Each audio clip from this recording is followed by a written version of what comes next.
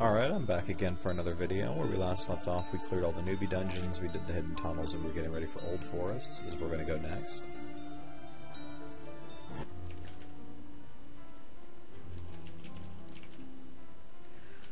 Alrighty.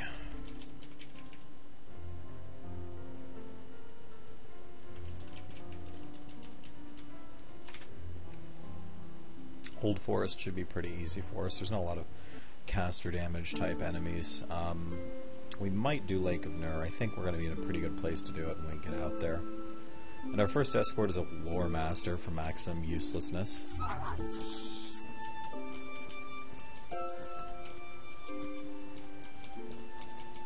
I really hate lore master escorts.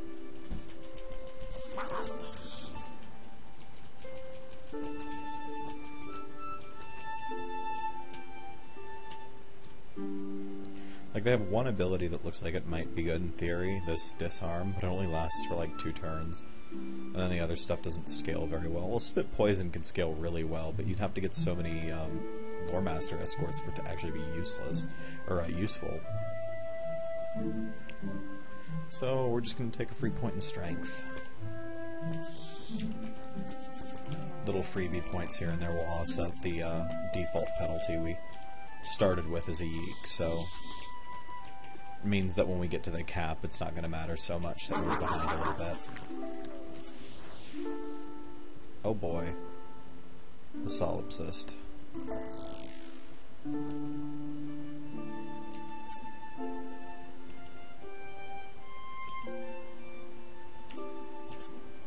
Okay, we killed its little thought form. It's pretty stunned. Alright, that wasn't too bad.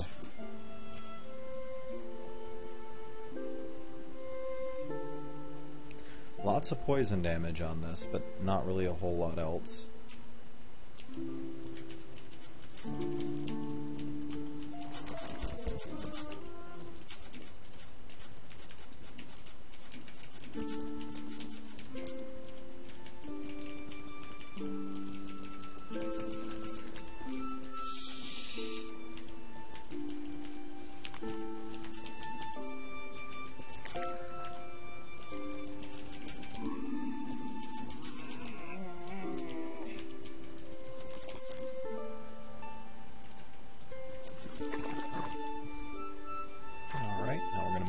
Zone. Doesn't look like there's anything good that we got here from any of the drops.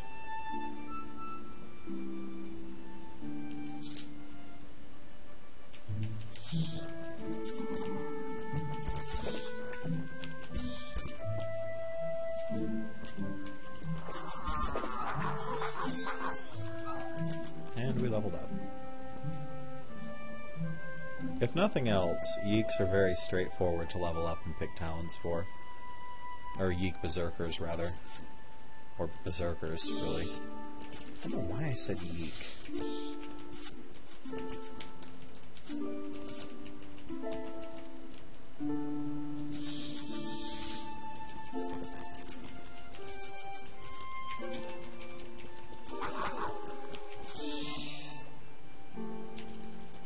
Pay better attention to my health.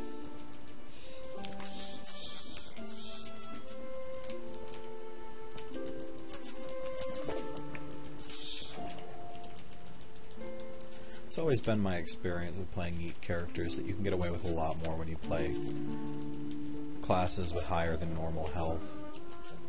But nobody ever wins on a Yeek melee, so my chances of actually carrying this character to the end game are pretty low. I'm going to try my best, though. Just because nobody's ever won with something before, it doesn't mean nobody ever will.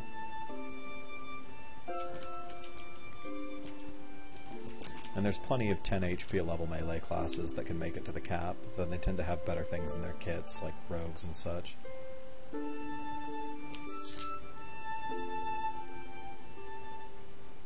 So we have an Anorathil here. Now normally they'd give us like a heal effect if we don't betray them, but I'm going to betray them simply because we don't really need the heal effect. We're never going to raise magic, so it's never going to scale well enough to really be worthwhile for us.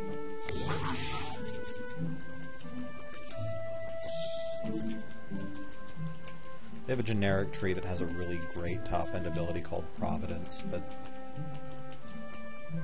we also aren't going to have the free category points or generics, I don't think.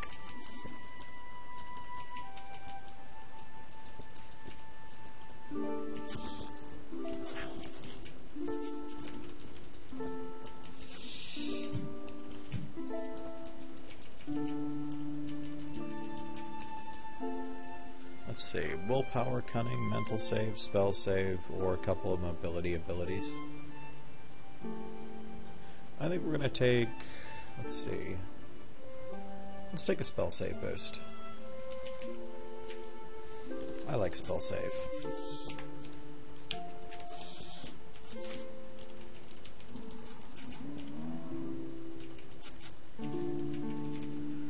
Our saves overall are going to be very good as this character. Normally the real weak spot for Berserkers is mental save, but with the huge boost to mental save we get as a Yeek, it's not going to be an issue to keep all three of our saves high.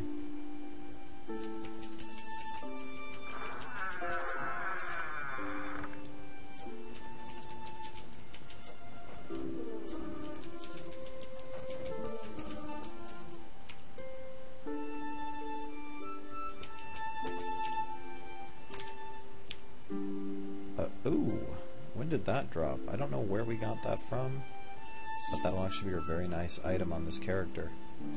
And it'll completely make up for our armor issue. Daneth's Neck Guard is an item that has a lot of armor, strength, and constitution on it. Not a whole lot else. It does have a charm effect, which is Juggernaut, which gives you 20% physical reduction for 20 turns, which is really nice, and considering that only costs 30 charges, we can use it very often. Yeah, I like that. I like that item a lot. And the blind fight effect's already on our spectral blade, so we're not getting a whole lot out of that anyway. And I think I'll move this over here. I'm going to move this sustained ability down here, so I'm not going to be clicking it much. I like to keep the abilities I don't use often or that I sustain at the end of my bar like this, because it makes it a little more manageable in the placement.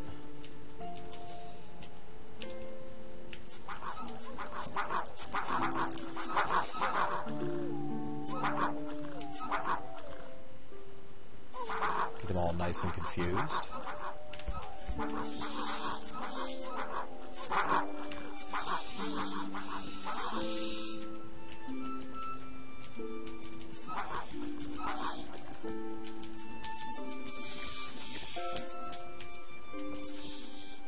And there's our boss.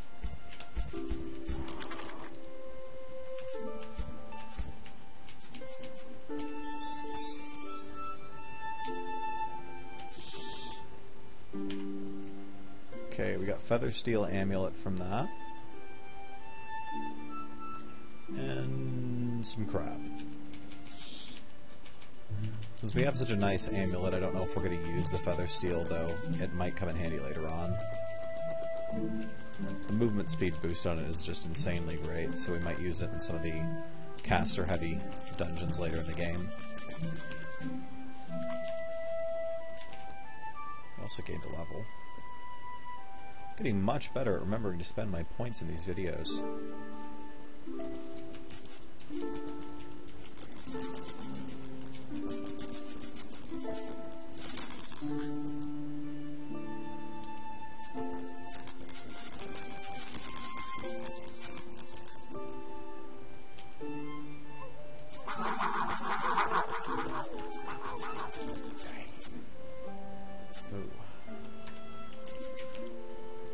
Those skeleton warriors do a surprising amount of damage even at this level.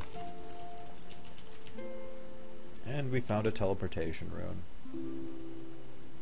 So, I don't think we're ever going to find any other particular escort I want to betray at this point. There's only one other dungeon that has escorts, and I'm never confident about keeping escorts alive in Daikara or Dreadfell, so I'm just going to buy this. I'm just going to start using the teleportation rune. I'm going to buy one with a category point, a slot rather, and we're going to put it on the bar. Somebody pointed out to me, a teleportation rune is basically a reset to a fight. When you use it in a very dangerous situation where you know you're probably going to have a high chance of dying, it will keep you alive long enough to escape, regroup, heal up, you know, figure out what exactly is going on. It's useful in places like Dreadfell, like when the Master summons additional enemies. So we want to hold on to it for situations like that. And even if you're using a couple of pieces of arcane disrupting gear, like which we probably will at various points during the game, it only has a small chance to fail, and that chance increases only slightly every time you put a new arcane disrupting piece of gear on. So as long as we remember to use it in advance, we should be able to use it in conjunction with gear that would normally disrupt spellcasting.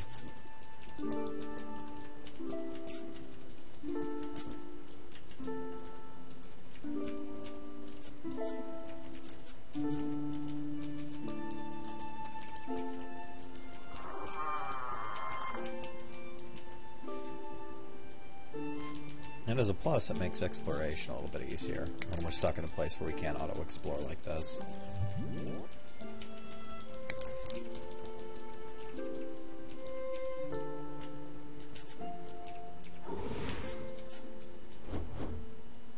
Ow.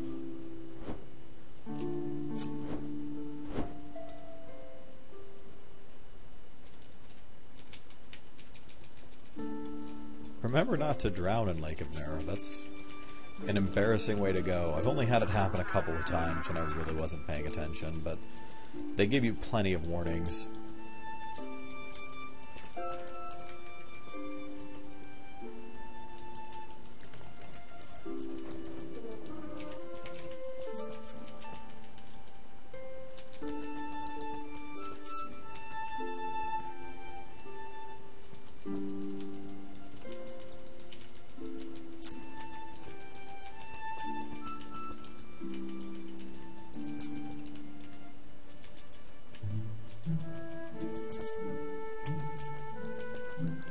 Where is the exit to the next level?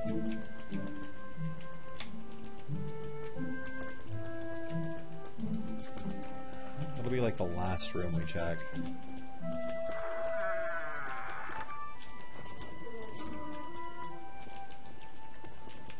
Did I already pass it at some point? Where's the upstairs? There it is. Yeah, I went right over it. I don't know why that's not showing up on the mini-map.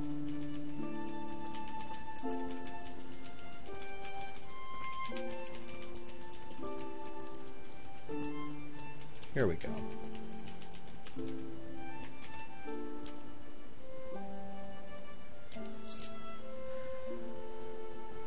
Wow, and right off the bat, radiant or luminous horror. So let's get on that ring of light. Take off the copper ring of perseverance we found earlier for that stun resistance, and put on the ring of light to help keep us alive against the luminous horrors.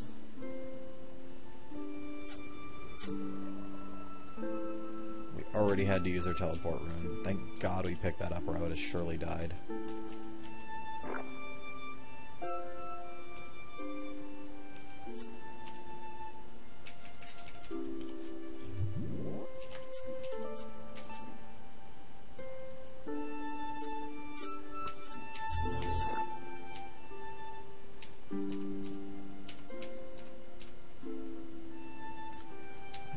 Stuck. There is nowhere safe to be here.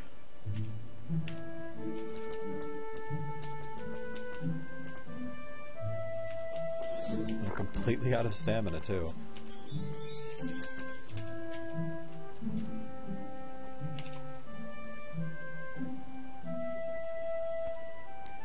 Warshout max now, and we're almost maxed on our Yeek speed boost.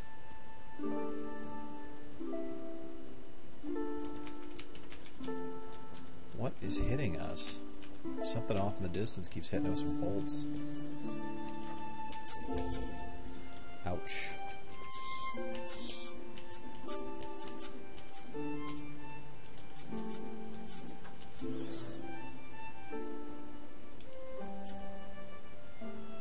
Okay. Confused 1, 2. This other one's brain locked, so he's just got, I think, a turn of stun or confuse or something like that. I'm not sure exactly how the brain locked effect works.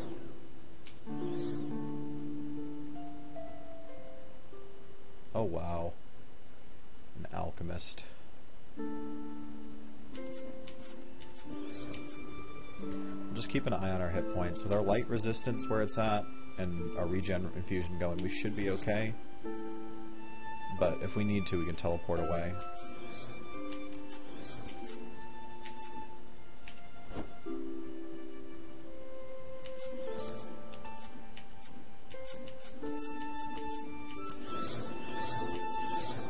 That wasn't too bad at all. That was not too bad at all. What do we get for an amulet here? More fire resistance. We'll hold on to that. Fire resistance is good to have because there's a dungeon later on where it can be really useful when you do the Mark of the Spellblaze.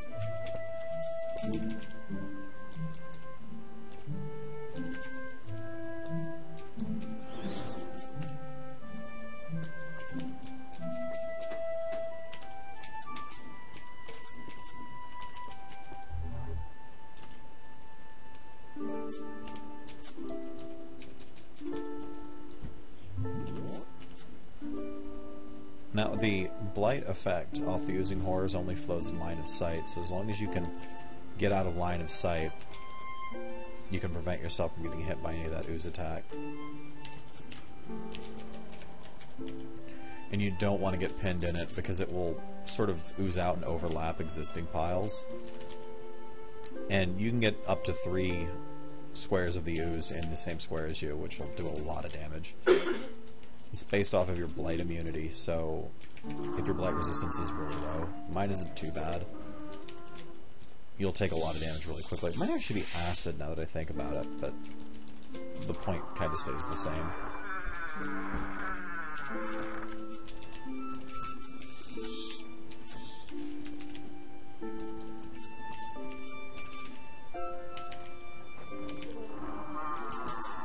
Oh, ow, ow, ow, ow. That Juggernaut effect on the necklace is already coming in handy, very much so. We'll have to use all of our tricks and tactics to stay alive, so anytime we get an item like that, we need to remember to use it as much as possible. Didn't find a whole lot else that we're actually going to use here, so let's go on to the last floor of Lake of Nur, kill the boss, and get our house.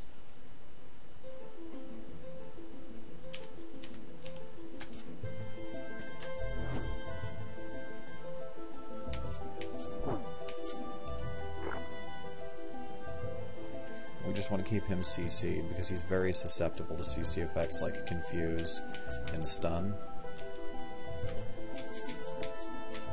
As long as we can do that, we can keep him from healing or doing any of his nasty abilities. And as you see, he went down just really quickly and easily.